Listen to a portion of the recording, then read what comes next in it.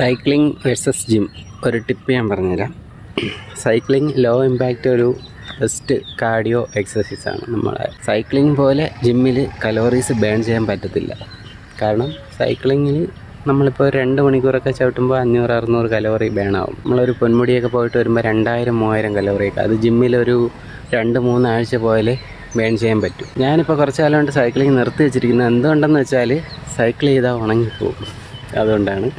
അപ്പോൾ നമ്മൾ കുറേ പ്രോട്ടീൻ ഫുഡ് ഒക്കെയാണ് കഴിക്കുന്നത്. അപ്പോൾ നല്ല എക്സ്പെൻസാണ്. അപ്പോൾ പൈസ കൊടുത്ത് എക്സ്പെൻസീവ് ഫുഡ് കഴിച്ചിട്ട് ആ പ്രോട്ടീനെല്ലാം സൈക്കിളെ വിട്ട് കളയാൻ വയ്യ.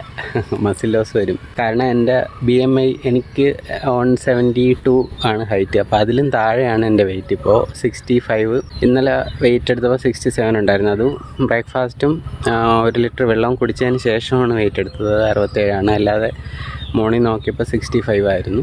അപ്പോൾ എൻ്റെ BMIയേക്കാളും താഴെയാണ് എൻ്റെ വെയിറ്റ്. ഓക്കെ, എൻ്റെ ഐഡിയൽ വെയിറ്റ് ഒരു 70, 71, 72 ആണ്. അപ്പോൾ അതിലും താഴെയാണ്. അപ്പോൾ ഞാൻ സൈക്കിൾ സ്ഥിരം ചവിട്ടിയാൽ എൻ്റെ വെയിറ്റ് ഇനിയും കുറഞ്ഞ 60 ആവും. അപ്പോൾ അത്രയും ആയാൽ വളരെ മോശമായി പോകും. അപ്പോൾ അതുകൊണ്ട് അല്ലെങ്കിൽ അത്രയും ഫുഡ് കഴിക്കണം. എനിക്ക് അത്രയും ഫുഡ് കഴിക്കാൻ താല്പര്യമില്ല. അതുകൊണ്ട് കുറച്ച് ഫുഡ് കഴിച്ചിട്ട് ജിമ്മിൽ പോയി വർക്കൗട്ട് ചെയ്യും. പ്രോട്ടീൻ കഴിച്ചിട്ട് ജിമ്മിൽ പോയി വർക്കൗട്ട് ചെയ്യും. മസിൽ ബിൽഡ് ചെയ്യാനാണ് ശ്രമിക്കുന്നത്.